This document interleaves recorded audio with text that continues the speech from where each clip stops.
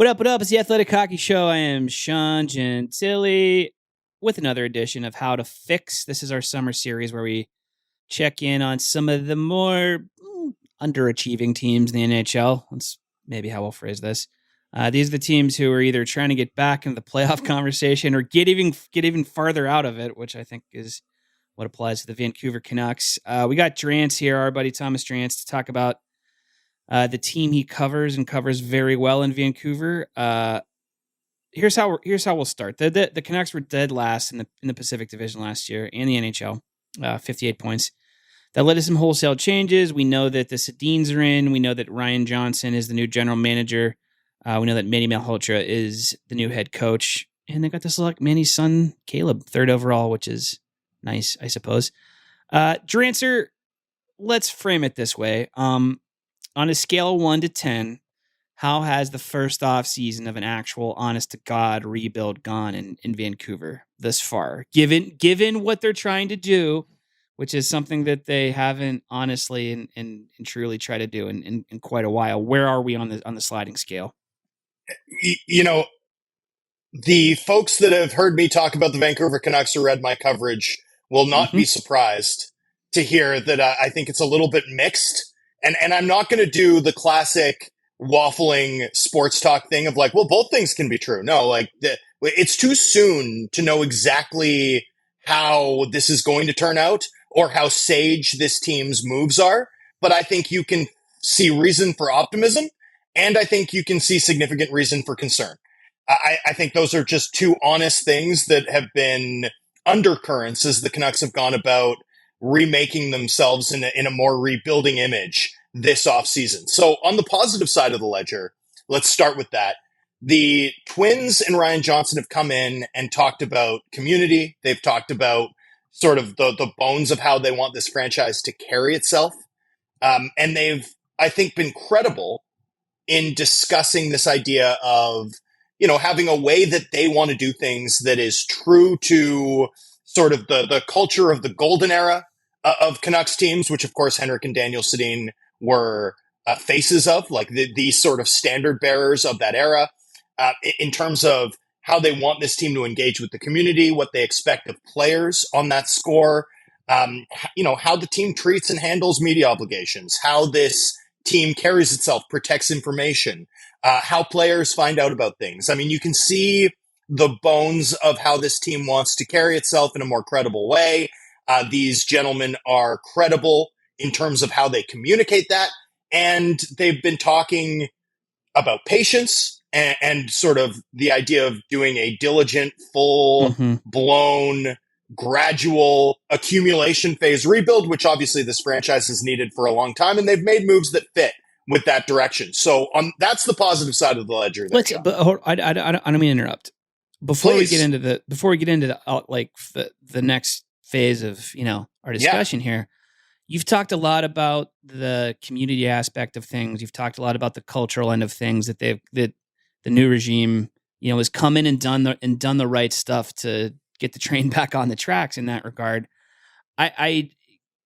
How far off was it before? Because I think, you know, there are people out here who are asking the question fairly, who aren't as steeped in Canucks, you know, lore as you are. Like, what kind of cultural problems were we talking about that Johnston and the Sedins had to come in and fix? How bad did it get on that end of things?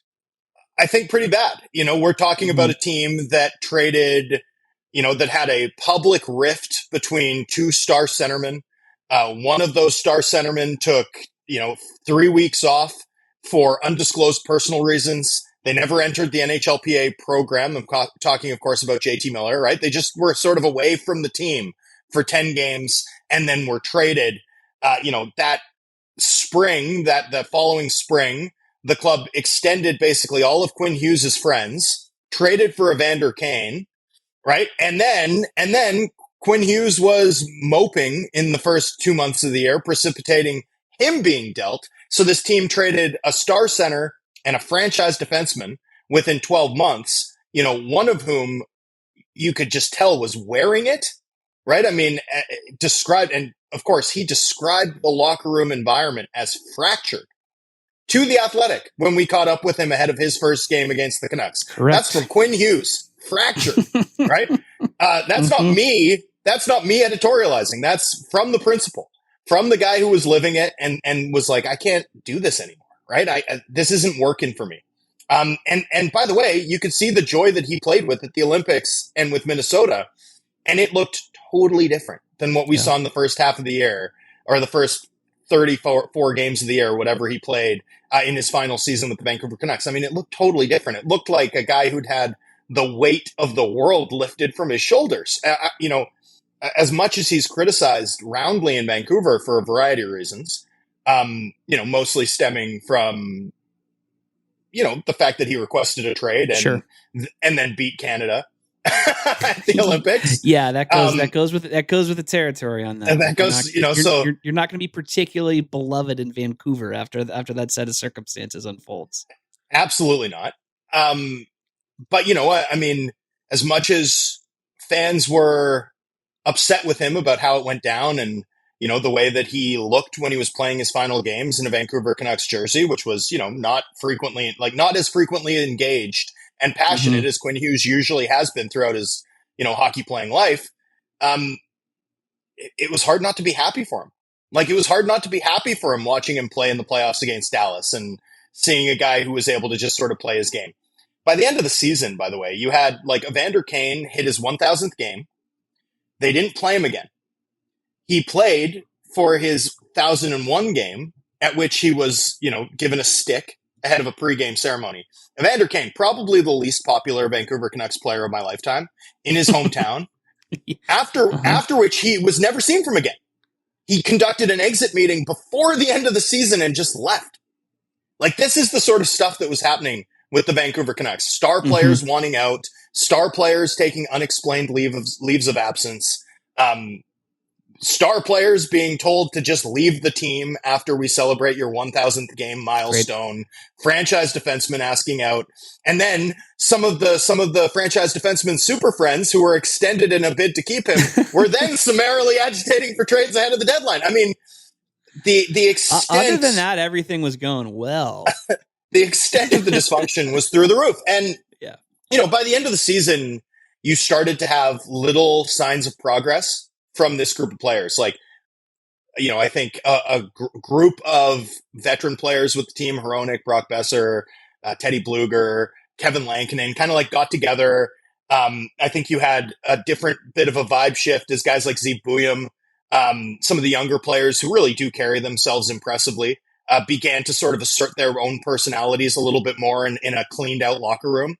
And, I mean, you did get to a stretch at the end of the season where, hey, they were still going to lose, but at least the effort level wasn't hit and miss night to night, right. which is what we'd seen, right? I mean, this was not a team that sometimes showed up to the rink and looked good and sometimes showed up to the rink and was playing with half of their ass. Like the half-assed efforts was too nice for what we sometimes saw from this group of players. All you can ask for is a whole ass effort. That's it. I would like a whole ass effort, and if we were getting a sliver of an ass on some nights, you could have fooled me. So, I mean, you at least saw this team begin to play hard night to night. You at least saw players begin to stand up for one another down the stretch of last season. So, you hope that perhaps the team can turn the page on this. Certainly, I think the Twins and Ryan Johnson, when they talk about their vision for what they want guys to experience when they walk in there and how the culture of this team will work, especially given what we saw Ryan Johnson build in Abbotsford, right? And it was a really interesting dynamic that he oversaw there, where there was a raw honesty to it. Part of the Abbotsford Canucks sort of cultural ethos, as it were, was, yeah, we also think you're too good to be here, so work with us to get you out. There was an honesty of communication with everybody.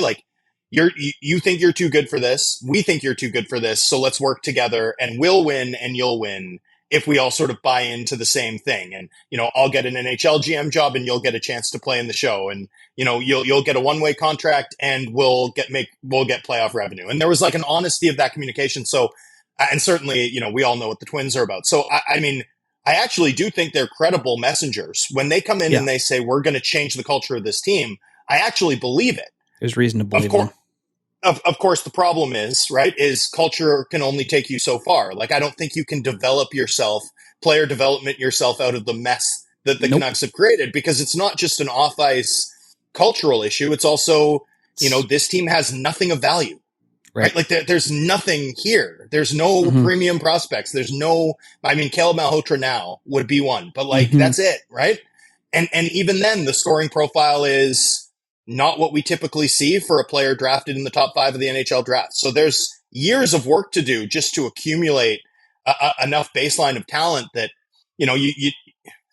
the work ethic night to night in the NHL, that should be non-negotiable. The fact that we're starting there, and that it's also insufficient on its own, I think speaks volumes of sort of the length of time that this team, like the amount of time it's going to take for this team to actually get back on track in a more meaningful way.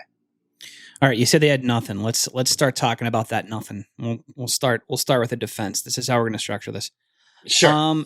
They bring in Alexiak and Luke Shin. Those are flippable deadline assets, I suppose, and quality human beings. I think that's probably the fairest way to characterize those guys. We can move on from that.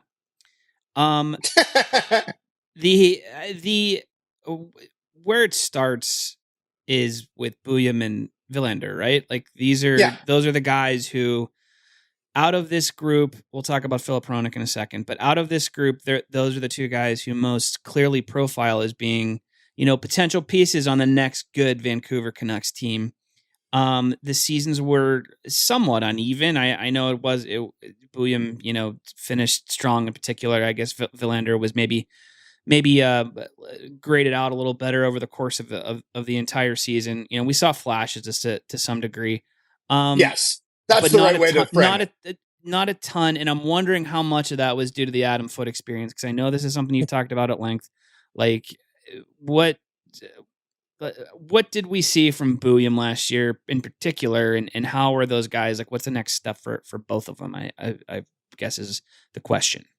It's really hard to judge the talent that was on this roster last season, because this team frequently didn't look like they knew what they were doing, Sean, to be totally honest with you. Sure. They were like you and I at church. Like, they were just... Do we kneel? Yeah. Well, this is not our space, brother. They looked lost, and you could see it in their defensive habits.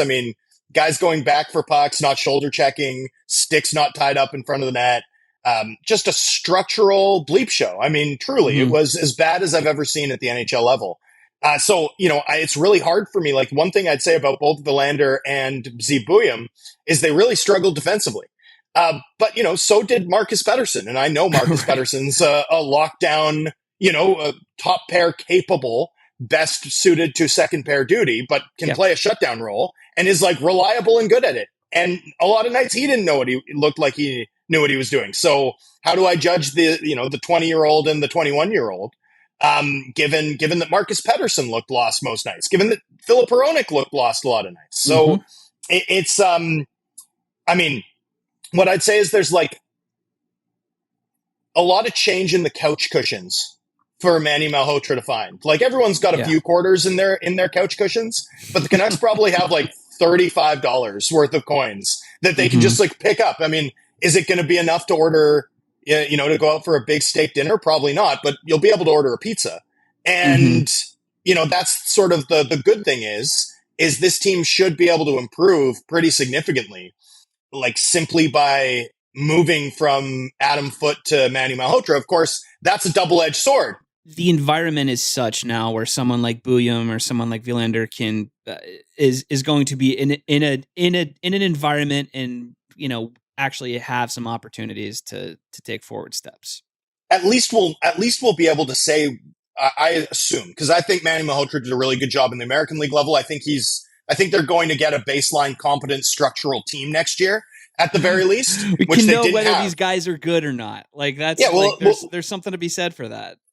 There's something to be said for it, because I think you'd be remiss. I can tell you, watching the games, like, one thing I liked about Zeev Biuim's game as the season progressed is that he kept taking chances, and it's tough because you're down 3-1 already. It's only the first period, and you have to push, but also if you push, you're more likely to give up the odd man rush and it's 4-1. And are you still willing to take that chance in the third period, in the second period? And for a player like Zeev Biuim, who needs to be on puck and needs to be making things happen creatively, I felt like he kept coming and kept trying to do good stuff, kept taking guys one-on-one and creating in a really challenging environment. I like to see that. I think that speaks volumes about a guy's mentality. I'm not going to judge his defensive play. It wasn't good. No one else's was either.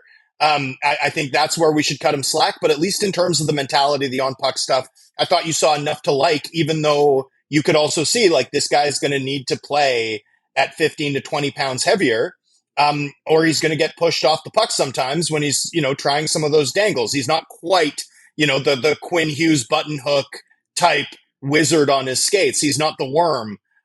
Just sort of smeagling about out there the way Quinn Hughes is, and that's fine. Like no one else is Quinn Hughes. But could this guy be, the Vancouver answer to Josh Morrissey down the line? Shea Theodore, could he be that level of player? Like I think that's in his range of outcomes. As for Willander, I think there were some mechanical issues with his puck handling that maybe give you a little bit more pause. You certainly hope that he's got one of those like Broberg or Keandre Miller type glow-ups in him, right? Where like toolsy defenseman figures it out in his mid-20s. I think that's a reasonable sort of development track to look at for him. But what I'd say is, the on-ice results in terms of what the Canucks generated and what they surrendered with him on the ice were like very concerning. But the rate at which they got outscored was far less, right? It was far less concerning. And you know me, Sean, I always worry, like, when a guy's results are fine and the process is really ugly, that to me tends to be a red flag. That said, the process could improve enough, whether or not he improves, right? That it becomes less of a concern on its own. So he's a really tough eval, I think, coming out of this season. Canucks fans are obviously very excited. They'll take whatever hope they can get. But I think there's, a pretty significant range of outcomes still on exactly how well both Biuim and Willander are tracking. Let's move to Hronek because we've edged around him a bit here. Why does he still want to be a part of this? And how realistic is that's not a smart ass question. And how realistic is it to expect that maybe he's on the move at some point because he makes 7.25 against the cap, full no movement clause. That's part of the answer to the first question, but like he seems, in a lot of ways, like perhaps their most tradable asset in a lot of ways, and he doesn't seem to be interested in getting moved. So what is the status of things with him?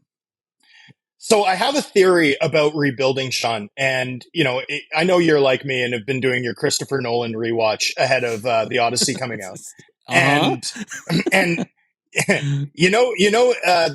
the galaxy they go to in Interstellar that's sort of shaped around the black hole.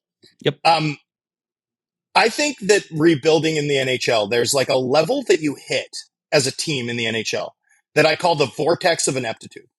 And the vortex of ineptitude occurred to the Vancouver Canucks when they traded Quinn Hughes. And effectively, it's like while you had Quinn Hughes, even if you weren't good, you were good enough every year, like just by virtue of having him, that you could at least dream on things falling your way and making the playoffs. Yourself. You can convince yourself if you have to. You could at least sell it, and some years you might even be right.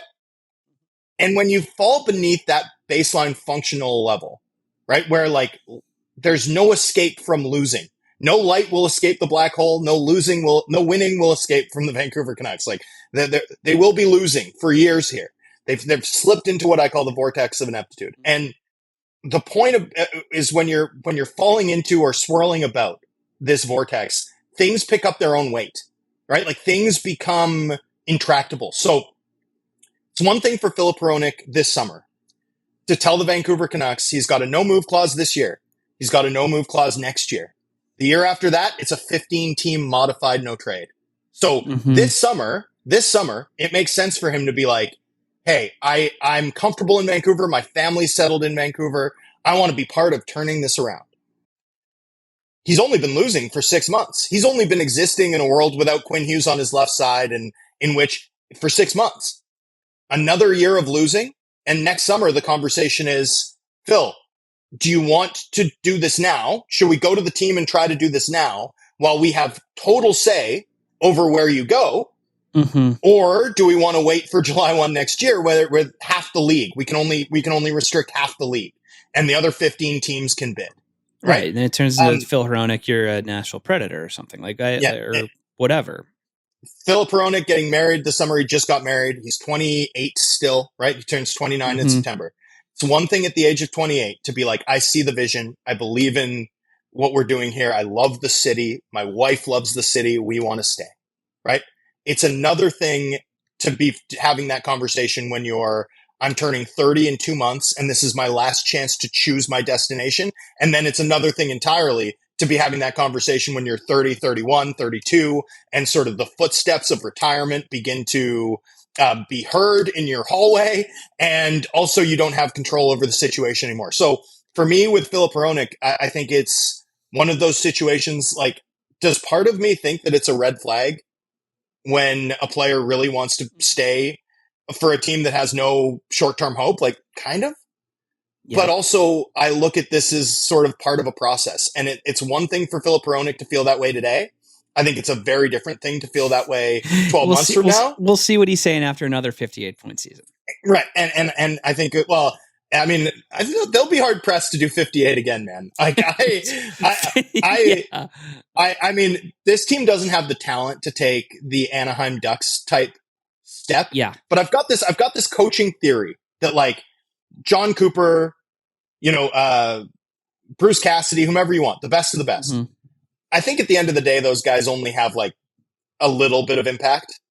Mm-hmm. At the top end. Like, they probably give you a 10-point edge. Maybe they make you 15% better, which is huge, massive, justifies massive spending given that they're non-cap personnel, right? But I think at the bottom end, if you have Greg Cronin or Adam Foote, right, I think the impact of like truly inept coaching can be huge. Like, I think it can absolutely submarine a team. And I think sometimes when we see Doug Weight, Anaheim in part is experiencing that now. Like what they're dealing 100%. With as it relates to Leo Carlsson or Mason McTavish or whatever. This is the fruit still to some extent of the Greg Cronin tree. I agree. And I'd add this, like, I think the Doug Weight to Barry Trotz experience is another good example from the last decade. Like, I think the Canucks are going to need to be mindful of making sure that they finish at the bottom of the standings, because what they did, just lapping the field at the bottom, like that's not going to be easy to do. Even though they're underskilled, like it's not going to be easy to have the top draft lottery odds sewn up by January, the way they did this past season, especially if Malhotra is, Marco Sturm, Dan Muse level good, which I think there's reasonable, which is a reasonable bet. So, being bad is something they're going to have to manage carefully here. And, that's one of the areas where keeping Filip Hronek actually has something of a risk profile for the Canucks. Now, the risk profile there too, Sean, I'd add, is no coach in the world is going to look at their options on this Canucks blue line and play Filip Hronek any less than 28 minutes a night. Yeah, right. But you cannot do that. You cannot afford to A, let him impact games to that level because he's actually good, but B, to take on that level of injury potentially risk. Expose him to that level of injury risk. Right? Because that's the other thing that the Canucks have to be mindful of. Like, in what form do you store value, right, when you're this bad? You don't want to run the wheels off Filip Hronek. And we saw it with the Canucks trading Marcus Pettersson to the New York Rangers for a first-round pick in like 2030. Could be a pick in 2031. Like, Sean, they might pick a kid born in 2012 with the asset that they got back for Marcus Pettersson. It's sickening. I know. We are decrepit, man. We are so washed. But the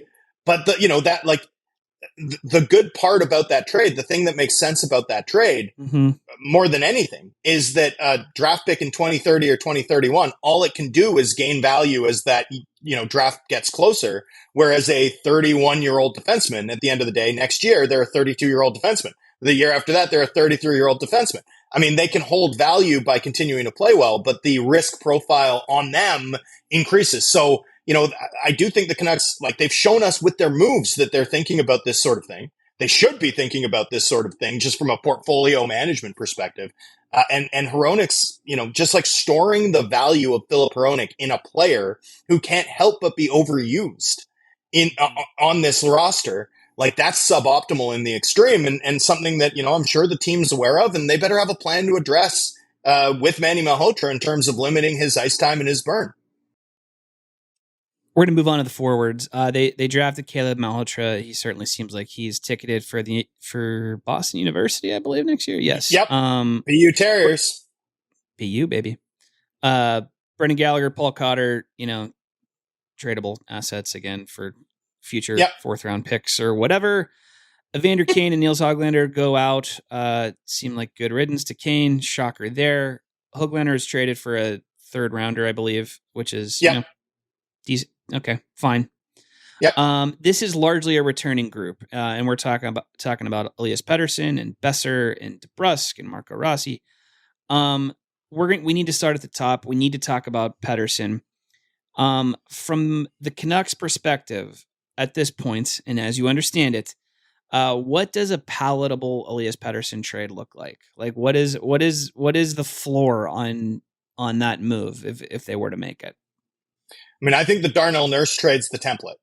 Mm-hmm. The Darnell Nurse trade is if you just want out of the contract, you take back, in Edmonton's case, they took back Shakir McMadullin, who's like out of his entry level deal and isn't pacing to be much more than a depth level defenseman, but maybe there's still some untapped upside. But the value really is in creating the salary cap space. And I think you're probably looking at something pretty similar with Elias Pettersson. There's a lot of term left on that deal. There's a lot of money left on that deal. There's a lot of lump sum money left on that deal. And most importantly, as we've seen, across the league over the past 3 to 4 weeks, Sean, right? Like trade value more than anything else is a combination, right, of quality and demand, right? And this is where Elias Pettersson has full control over the situation. He's got a full NMC. That NMC at no point modifies. It is a locked-in NMC. You cannot create a bidding war for Elias Pettersson, right? There is probably a very small list of teams that he'd be willing to consider going to. And as a result, you're not going to have multiple people driving up the price. So I made the Nurse comparison in a mailbag recently, and Canucks fans were furious. But it's like, what do you think? Like, this guy's got significant off-ice and character concerns stemming from his rift with JT Miller, but also the fact that he's been repeatedly called out for his lack of preparation by multiple different Canucks managers over the years. He is a skilled player. He has been a 100-point center, but he's also been like pretty mid for 30 months. His shot velocity's down. His skating speed's All-Star break down. 2024, right? Like that was it. That was the line in the sand for him. It's from a productive 100%. And just go watch him play. Like he's not making things happen out there. He's not slow. He works hard. Like he blocks shots. He's had to retrofit his game for his diminished level of juice. To me, that's deeply concerning. I think if the Canucks could figure out a solution to the Elias Pettersson problem and move him on this summer, that would be their preference. I think the Canucks would have liked to do more tearing down and dismantling of this roster than they've been able to do to this point. I think it's pretty clear that they've been value conscious in sort of how they've gone about that. I think that makes sense for a team with absolutely zero win now pressure on them. But yeah, I don't think Pettersson would have a significant amount of trade value. I think the club would like to move him if they could. And I think the fact that they haven't, speaks to how limited their options are. Yeah, we're talking about him as a cap dump for a team that doesn't need to dump cap, right? That's tough. Yeah. I'd bring up the Zach Parise, Ryan Suter buyouts as kind of the most straightforward example that I can think of in sort of recent NHL history, where you sort of, cut off your nose to spite your face, but it's for the betterment of the organization. It's like, can you really construct a new culture with Pettersson around is sort of the question that I think the organization has to wrestle with, even if it's not one that sort of fans not thinking through the day-to-day experience that this organization's trying to construct. They can just look at it as trade value, and they can sort of wish cast their dreams of Pettersson returning to form onto him. And look, maybe it happens. I mean, at the end of the day, he's still a talented, young enough player. But, you know, I don't know. I'd be really surprised if the elite form comes back after all this time. If you were a team that was looking to maximize him, some non-Canucks team, let's say, what kind of players do you skate him with? Like, how does Elias Pettersson look like something resembling, you know, a true top six forward in 2026? Like, what kind of guys does he need to have on his flanks to look a little bit more passable than he has, you know, over the last couple of years? Well, one of the great tragedies of the Quinn Hughes, Elias Pettersson era for the Vancouver Canucks is that the absolute perfect Elias Pettersson line mate was JT Miller, right? Like that's one of the ironies of it, right? Kuzmenko has some similarities in his offensive game to JT Miller. Obviously, temperamentally and stylistically, they couldn't be more different. But the down low playmaking in particular, right? The work on the wall down low, below the circles and along the walls. I can see exactly. that. Below the hash marks, creative passing plays from down low to a player working to get open in space and who can sort of one shot it. Like that's sort of what you kind of need to put Elias Pettersson. You need to put on Elias Pettersson's wing, in my opinion. The Canucks actually have a pretty interesting, you know, he's not young anymore, but a pretty interesting mid-aged bet to play with him in Linus Karlsson, who I think was massively underutilized despite, you know, having actual good results for the Canucks last season. So they sort of have that. The other thing that I'd want to put Pettersson with these days is someone who can drive a little bit through the neutral zone, who can carry the puck through the neutral zone, because that part of Elias Pettersson's game feels like it might just be a thing of the past. We just don't see those same sorties, you know, those same sort of dynamic entries with speed as a puck carrier through the neutral zone. So a winger with some pace. The Canucks, by the way, absolutely do not have that person. And someone who can sort of make plays from down low, like that would be the ideal setup, I think. But even then, like, you know, I think you go into next season if you're the Canucks, and I'll be pretty surprised if we don't get to mid-December and just like outright and on merit, Marco Rossi is playing more 5-on-5 minutes. Yeah. Like he should. He's probably the better player at this point. Yeah, I wanted to talk about Rossi specifically. Like, what do you view his short and long term role with his franchise as? Because he was, you know, after the Olympic break, I think he was particularly productive. Like, yeah, he was. He's in an interesting spot because of his age, his contract status. Like, I'm interested in seeing what happens for him as it relates and to his height and his height, right? Like Marco Rossi is unfortunately one of those guys whose real hockey value is greater than his exchange value simply because of his listed height. And it's unfair to those guys, but that's just how the NHL works. You know, and the problem is the only way to ever overcome the concerns that a player gets attached to their listed height. The only way to ever overcome it is the Stankoven Zach Benson route, right? You have to win in the playoffs. You have to dominate playoff games. Well, Marco Rossi is probably not getting a chance to do that anytime soon, Sean. So, you know, he's actually a pretty inconvenient asset for the Canucks to be holding, in that I think he's actually good. He played to a 66-point pace once he got healthy down the stretch last season after sort of returning from injury in late February. And so he's actually good. He's actually productive. He's on a bridge contract, year 2 of a bridge contract. So he's signed for this year and next, and he's on RFA after that. But, you know, in and of itself, that means that, you know, they're kind of on a clock with him. He's probably going to get the sort of opportunity to build a heck of an arbitration case in a, you know, consequence-free environment where he's going to play be leaned on. No doubt top 6 minutes. He's going to have top power play. Like his counting numbers are going to be good. His counting numbers are going to be good. Because someone's got to score points. And he's probably never going to have the sort of trade value that actually matches his quality as a hockey player. And so that's tough.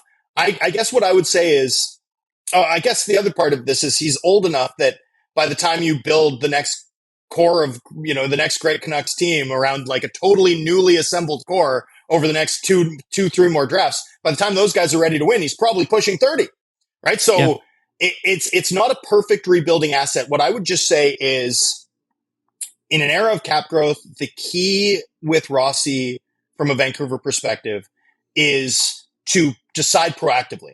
I don't think it's a problem to sign him long term. With a contract that starts when he's 26. Like at the end of the day, even if the last 2 years of that aren't perfect, the cap might be so high, and the utility of having him locked up, it is probably greater than trading him for a non-premium return, which is what you're most likely looking at. But I'd say more than anything, the key is to make the decision next summer, right? Or at the deadline this year. You just have to make it quickly. If you're going to try and monetize him, you got to do that fast while teams are talking themselves into a year and a half of cost-controlled Marco Rossi, as opposed to staring down the barrel of a really strong arbitration case. And if you're going to extend him, you've got to extend him proactively before the market resets again, which it's just going to keep doing on an every 6-month basis, as the NFL has taught us during the cap growth era. A lesson that hockey fans probably haven't quite wrap their head around just yet. It's yet. going to be interesting to see people figure that out because they're going to have to. Well, think about how much the conversation's changed in the last 6 months. Six months ago, hockey fans were still like, Nick Schmaltz is 7-year deal. Like, that's pretty team friendly. It's like, no, it's not. Right? Like, that's the higher cap hits, less term, right? Higher cap hits, less trade restrictions. Like, what you need now is the ability to move things. If you don't have that, you're kind of cooked. You can't pounce on all the opportunities that this era of player empowerment has created. Yeah, it's a bad idea to have the top 200 players in the game. You give 160 of them no movement clause in one regard or not. Like it's not going to work that way anymore. And people are going to need to adjust. Just pay them more. Like seriously, the first team that starts stop using no movement clauses to drive down wages, which is what GMs did for a gazillion years, and just pay them what they're worth. The first team that's just really disciplined about being like, we pay fair market value, but you never get more than a 10-team modified no trade clause. Like the efficiencies that they're going to pick up across this sort of new era, I mean, it's going to be massive. They've been connected to Shane Wright. Does that make any sense? Not really. I'm a big Shane Wright fan. I think people are looking at the counting stats from last season and kind of sleeping on it. He's really fast. Like he's an elite skater. He's a right-handed center. He plays the game hard, and he's got some skill to punish mistakes off the rush. Like this, to me, this is as close as you're going to get to the bet that the Florida Panthers made on Sam Bennett. Like this is basically as clean a reroll as you're going to find for that player profile, right down to the penchant for taking bad penalties in the offensive zone, the draft pedigree, like all of it, right? It's all, I don't know how Shane Wright was doing pull-ups at 17, but other than that, it's like pretty much a straight line. We got to go back to the tape from the Buffalo scouting event. Yeah. Anyway, so I'm a big Shane Wright fan. Like if I'm dropping a Sam Bennett comp, that's, very much not derogatory. That's complimentary in the extreme. But the Vancouver Canucks need a stud face of the franchise level center, right? Like the Canucks need, and as much as I like Shane Wright and as much as I like Sam Bennett, like that's not who those guys are. I think he can be a really, really good second line center on a great team. I think he'd be like a home run cut for a team like Buffalo. Like Buffalo, especially if they're, swinging a deal for, I don't know, a certain American goaltender who likes the idea of being the successor to Dominic Hasek and Ryan Miller. I mean, if they wanted to clear cap space, Shane Wright for Jack Quinn and Ryan McLeod or something. Like, I don't know. Just pulling it out there. Like that to me makes sense. He's a good fit.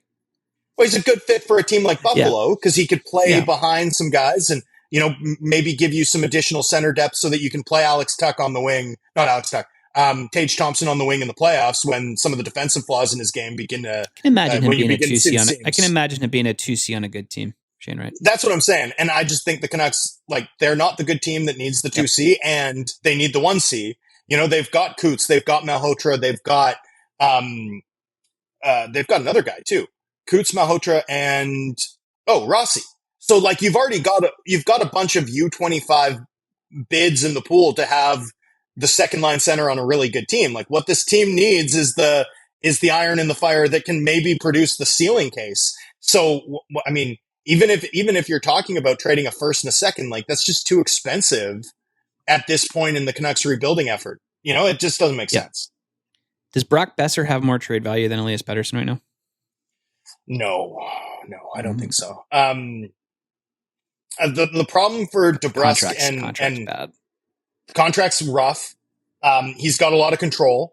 And I'd add this, like, look around, right? Like, why are you giving up assets and taking on the Brock Boeser deal when you can give Michael Bunting's agent a call, or Anthony Mantha's agent a call, or Patrick Kane's agent a call, or Vladimir Tarasenko's agent? Like, the winger market hasn't moved, right? Nope. These guys are in stasis. So why is anyone going to give up assets for DeBrusk or Boeser? And we've seen players who are better asset packages than Brock Boeser not move. And I'm talking, Pittsburgh brain coming here, but I'm thinking of Brian Rust. I'm thinking of Rickard Rakell, who were signed to better contracts and were more productive last year. And those guys were there for the taking, and there they sit on the roster for Pittsburgh. So. I think these guys are going to be waiting, and for good reason. I mean, literally, like, you're not going to pay a premium to acquire a guy who's a less efficient bet than one you can place without acquisition cost, right? I mean, period. So, I think that market's basically frozen for now. Mm-hmm. We're gonna move to goaltending. I do want to talk about Thatcher Demko. He played in 20 games last season, put up a sub 900 save percentage before hip surgery in January, ended things for him again. He's in the first year of a contract that pays him 8.5 against the cap for the next 3 seasons. Where does he fit in the overall? Good Lord, Sean. I truly, like, as we go over this, it's unbelievable, right? He's like, he makes too much money, obviously, for a guy who almost certainly isn't going to be able to, play more than in a timeshare situation. But, like, there's a world where he's good enough for long enough to completely submarine the tank. Like, they could finish conceivably 29th because Thatcher Demko goes on some 12-game run that, screws things up for them. Is that fair to say? I mean, look, I hope that we get to see that. I hope we get to see that because I've covered a lot of Thatcher Demko returning from injury. I've written a lot of those stories, and I haven't really got to write the Thatcher Demko is too good that it's inconvenient for the Canucks rebuild. Like, I haven't gotten to write that piece in a long time. So, and let's be real, I was writing that piece when the Canucks were actually, like, good in the minds of other people. Multiple times. Multiple times. So anyway, with Demko, like, I hope we get to see that.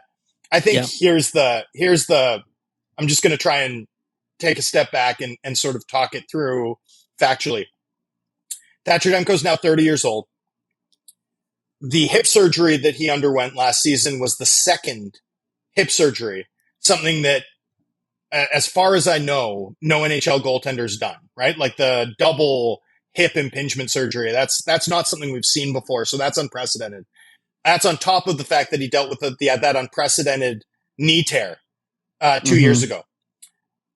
Before Thatcher Demko sustained the unprecedented knee tear and went through the unprecedented second hip surgery, he'd never, at any point in his career, put together a season in which he was a workhorse starter with an above average save percentage who was healthy at the end of the year. Like, those three things that I think are required to have had a workhorse. He's never checked them all at the same time. He never checked them all in a single season once at any point in his career. And now people are worried that he might ruin the tank at the age of 30, coming back from multiple unprecedented medical ailments. Like, probably unfounded concerns here, I would imagine. I can't get there, and I'm just thinking about this, like, how would I assess this if I was considering him as, like, a running back at the 2-3 turn in a fantasy football draft? I'd be like, I'm not too worried about him burning me. So that's just, that's just the shape of the thing, right? I really hope that he beats the odds, but that's what he has to do. He has to beat extremely long odds to be a great player again. And so then you get into sort of the longer conversation, because Lankinen's also the larger conversation, not longer. Sorry, Sean, I didn't mean to threaten you there. The larger conversation with Lankinen, because Lankinen's also signed 4.5 forever. He's got a full no move clause this season.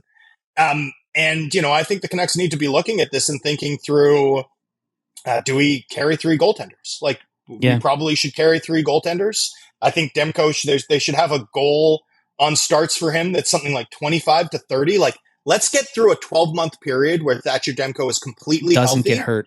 Yeah. Doesn't get hurt. Completely healthy. And the way that I'd go about doing that is I'd be limiting his reps at practice. On the games that he's not playing, I wouldn't even have him backing up, right? Like, I definitely don't want him stopping shots being taken by scratches in the morning because he's the backup. I don't want him doing the extra work in the warm-up skate. You know, like, he should be on a strict pitch count. Let's get 25 really fun Thatcher Demko games, all of which he leaves at the after the final buzzer totally healthy. Like, let's do that, and then sort of we'll see where we land next season. We'll see where we land the season after that. Like, can we put 18, 24 months between Demko and, you know, his last start in which he left hurt? Because right now, like, he's been injured on average every 7 starts for 2.5 years, Sean. God. Like, it's been really tough. It's been really tough. So I think you need I haven't heard you use that one yet. That is wild. Well, yeah. And if you, well, dude, go check the game log. Like, because a lot of them too are like a game against Toronto where he leaves after the first and we don't see him for, like, you know, it's just been a litany of things. And I really hope that he's figured out like the source of it. And I really hope that he can continue to do the thing he does at an elite level professionally, because it just sucks. It sucks for anybody to be on the sidelines like this. So I'm really hopeful that he can overcome the odds, but I think we need to be very clear-eyed about how long those odds are.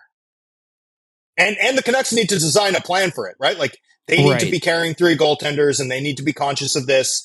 And I think that'll be a really interesting tell for this team. How the organization operates too, just like in terms of mindset and communication and synergy between all the various stakeholders, right? And value creation, right? Because you're trying to manage the Demko value, you're trying to manage the Lankinen value, but I'd add this: they have top waiver priority. And you look around the NHL, like, who signed Korpisalo? Is the Rangers, right? So they have that Grand kid or whatever who's like pretty good, or like Ottawa did something stupid in goal too. Who did they sign? Urson, right? They brought in Urson, but they've got that Marolainen kid who's pretty good, right? Like, so there's some goalies who are actually interesting, who are probably going to be on waivers, they'll be available at some point. You know, and the Canucks have one of their own too, who's probably not as highly thought of as those gentlemen, or as high upside as those gentlemen. So it's like, you know, get to camp and waive Tolopilo day one when no one's going to put in a claim, so that you know what you've got, and then you can probably pick out a pretty interesting third goaltender. And it's like, there's no easier way. You know, you're talking about all the assets that the Canucks might be able to trade for a fourth. Like, you want to trade a real asset in season, you know, while also managing Demko's minutes. Like, this is it. This is as easy as it gets. This is the tap-in of all tap-ins when you really think your way through it. So, you know, I honestly feel like how the Canucks manage their situation in net might be one of the most telling early indicators we get of like how sharp are the Twins and Ryan Johnson. How much can they just bring basic common sense into the sort of equation of rebuilding this hockey club? See, this is why you're the best. You have me paying attention to the Canucks goaltending situation. You've added stakes to this for me. I simply cannot believe it. Let's go, babe. So typically in these shows, this is where we talk about teams' playoff chances. I think it's fair to call those non-existent for the Vancouver Canucks. That's a good thing. To answer the big question, I mean, we've circled around it a couple different times. Like, is this team going to be bad enough? Like, whether it is or isn't, what does a successful season look like? Like, if it's late April and we're like, okay, mission accomplished for Vancouver, like, what kind of stuff does that entail? Yeah, so I think a really successful Vancouver Canucks season would look like the following. The Canucks are, in April, no higher than 31st in the NHL standings. However, in getting there, they looked night to night like a team that worked hard, that was consistent, that they were losing games because they don't have the horses. They weren't losing games because they quit night to night. I think that would represent huge progress over last season. I'd add, too, that at least they're playing organized enough structural hockey that we can talk about the young defenders on the team and actually have a sense of what they are versus how confused they are night to night, right? So a team that competes and carries itself professionally and plays organized professional NHL level hockey, even if they're getting blown out with frequency, I think that would represent significant progress. I'd add too, like they've got a lot of prospects that they just picked. You know, a really strong season from Caleb Malhotra, at BU, right? Starring for Canada and Edmonton at the World Juniors. Likewise with Adam Novotny for Czechia and, Brooks Rogowski, their second round pick, or Aram Olsen, their Norwegian winger they picked in the second round, who's also going to BU. The Braden Coots is establishing himself down the stretch as an everyday NHL level player. Jonathan Lekaramaki, looks like he's put on weight and has a shot to maybe be something for this team. Willander and Biuim, aren't picking up scar tissue in a really bad environment, but instead are making steady progress, right? Like, for me, it's going to be much more about that. And then I'd add this, like, in terms of how this team connects with this community and carries itself culturally, right? Like, does this team deliver on, not just the promise, but the outline, the plan that Ryan Johnson and company have spelled out? Like, can we see we're not going to see the fruits of that. Like, it's not like the seeds that are being planted are going to blossom necessarily by the end of this season. Right. But like, can we see some sprouts? Like, can we see that this makes sense, that it's sensible? And can the club at least avoid doing the really obvious, like, can they avoid making the really obvious mistakes that they've just made time and time again? Whether that's, Thatcher Demko is playing his 7th game in a row, and it's like, come on, stop it, right? Or Filip Hronek is leading the NHL in average ice time per game, right? Like, can they avoid doing the stuff that we just know is self-defeating in advance? If they can hit those boxes, and I've set a pretty low bar, Sean.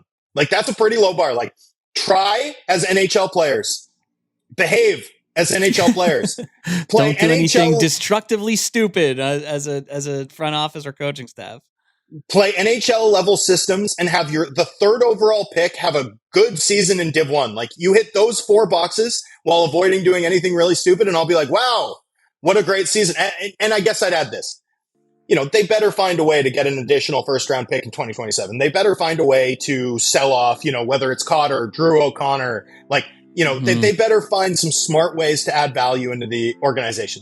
And that's maybe a little bit more challenging because, let's be real, the Canucks don't have a ton of value, a ton that's valuable among their holdings. But yeah, check those 6 boxes for me, and I think we'll begin to be on sort of the right path in terms of where the Canucks are going. Drance, I've been waiting for you to cover a rebuilding team for a very, very long time. So I'm excited about the work you've done. I'm excited about the work to come. Thanks for having me, buddy. It's going to be a blast. We always pay attention to it, man, but we're going to pay attention to it even more closely over the next little bit. So thanks, brother. Anytime, man. Cheers. Enjoy the summer, and thanks for having me. You bet. And thanks also to you fine folks for watching and listening to this episode of the Athletic Hockey Show. Thank you to producer Jeff, as always. Next up is Laz, Pete Bob, Vince Pacagliano. They're trying to fix the Rangers. That drops on Monday. We'll see you next time.